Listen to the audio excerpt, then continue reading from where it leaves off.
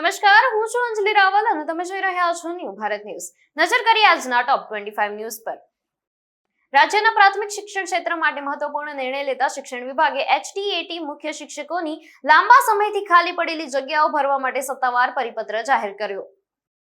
CM Bhupendra પટેલની અધ્યક્ષતામાં cabinet બેઠકમાં ઐતિહાસિક નિર્ણય લેવામાં આવ્યો છે. ગુજરાત વાયર ફ્રી સિટી મિશનની જાહેરાત કરવામાં આવી છે, ત્યારે રાજ્યના શહેરોને વધુ સુરક્ષિત, આધુનિક અને વ્યવસ્થિત બનાવવા માટે આ મિશન અમલમાં મૂકવામાં આવશે.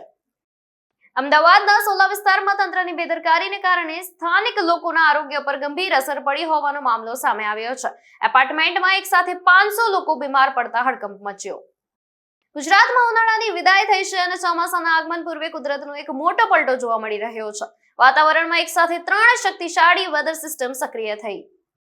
દેશમાં સૌ પ્રથમવાર ગુજરાતમાં સર્વિસ સેક્ટરને વિશેષ પ્રાધાન્ય આપીને એક અલાયદા સર્વિસ કમિશન રેટની સ્થાપના કરવાનો અને સર્વિસ કમિશનરની સત્તાવાર જગ્યા ઊભી કરવાનો નિર્ણય કર્યો.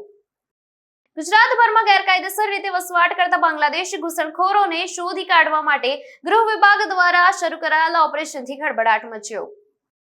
ભારતીય હવામાન વિભાગે માહિતી આપી છે કે દક્ષિણ પશ્ચિમ ચોમાસું 4 જૂન 2026 આસપાસ કેરળમાં પ્રવેશ કરી શકે છે. હવામાન વિભાગે બુધવાર માટે કેરળના 4 જિલ્લાઓમાં ઓરેન્જ એલર્ટ જાહેર કર્યું.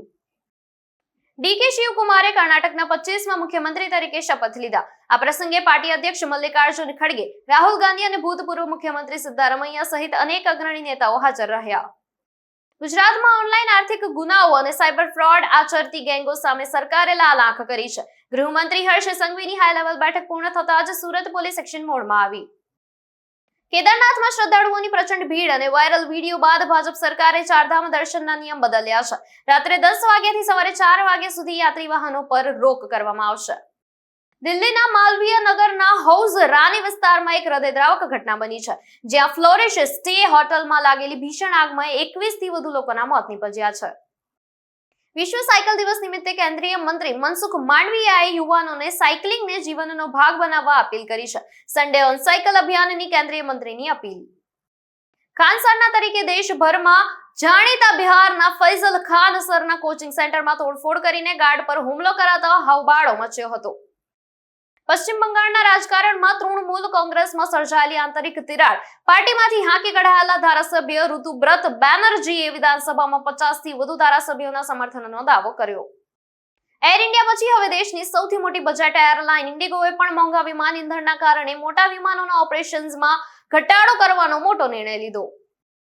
ઈરાન અને અમેરિકા વચ્ચે ચાલી રહેલા યુદ્ધ અને પશ્ચિમ એશિયાના પ્રવર્તમાન સંકટ વચ્ચે કેન્દ્ર સરકારે દેશના એવિએશન ઉડ્ડયન ક્ષેત્રને બહુ મોટી રાહત આપી.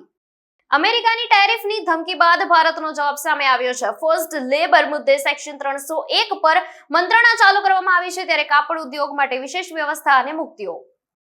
અમેરિકાના પ્રમુખ ડોનાલ્ડ ટ્રમ્પ દ્વારા લેબનોનમાં યુદ્ધ વિરામને મજબૂત કરવાના પ્રયાસો છતાં ક્ષેત્રમાં સ્થિતિ અત્યંત ગંભીર બની. સુપ્રીમ લીડર ખામેનીના મૃત્યુના 4 મહિના પછી થશે અંતિમ સંસ્કાર. ઈરાનના મશહદ શહેરમાં દફનાવવામાં આવશે અને 2 કરોડ લોકો અંતિમ યાત્રામાં સામેલ થશે. 13 થી 16 વર્ષની ઉંમર વચ્ચે 600 થી 700 પુરુષોએ દુષ્કર્મ આચર્યું. બ્રિટન સંસદમાં ગ્રુમિંગ ગેંગના પીડિતોની આપવીતી. મોટાભાગના આરોપીઓ પાકિસ્તાની મૂળના હતા. રાજ્યમાં ઘૂસણખોરો સામે ચાલી રહેલા ઓપરેશન ડેલ્ટા અંગે નાયબ મુખ્યમંત્રી DYCMએ પત્રકાર પરિષદ યોજીને અત્યાર સુધીની સૌથી મોટી વિગતો જાહેર કરી. પંડિત દીનદયાળ અભિયાનનો રોડમેપ તૈયાર થયો છે, ત્યારે 22 જૂનથી પ્રશિક્ષણ વર્ગો શરૂ થશે અને 10 જુલાઈ સુધી 580 મંડળોમાં યોજાશે. 5 ઝોનમાં પ્રશિક્ષણ વર્ગો શરૂ થશે. ભારતની આઝાદીને લઈને અમેરિકાના ન્યુયોર્ક રાજ્યમાંથી એક મોટા સન્માનની તક સામે આવી છે. ન્યુયોર્ક સ્ટેટ સેનેટે એક પ્રસ્તાવ પાસ કરીને રાજ્યપાલ કેથી હોચુલને અપીલ કરી છે. ટાટાએ દેશની સૌથી સસ્તી ઈવી લોન્ચ કરી છે. ટિયાગોનું ફેસલિફ્ટ મોડલ પેટ્રોલ, CNG અને ઈવીમાં ઉપલબ્ધ છે, ત્યારે 13 નવા ફીચર્સથી સજ્જ કારની કિંમત ₹4.69 લાખથી શરૂ થશે. સેન્સેક્સ 303 પોઈન્ટ ઘટીને 74,346 પર બંધ થયો છે, ત્યારે નિફ્ટી 77 પોઈન્ટ નીચે આવ્યો છે અને 23,405 પર આવ્યો છે. આઈટી શેરોમાં સૌથી વધુ વેચવાલી જોવા મળી છે. ટોપ 25 ન્યૂઝમાં હાલ માટે બસ આટલું જ. વધુ સમાચાર જોવા માટે જોડાતા રહો ન્યૂ ભારત ન્યૂઝ સાથે. નમસ્કાર.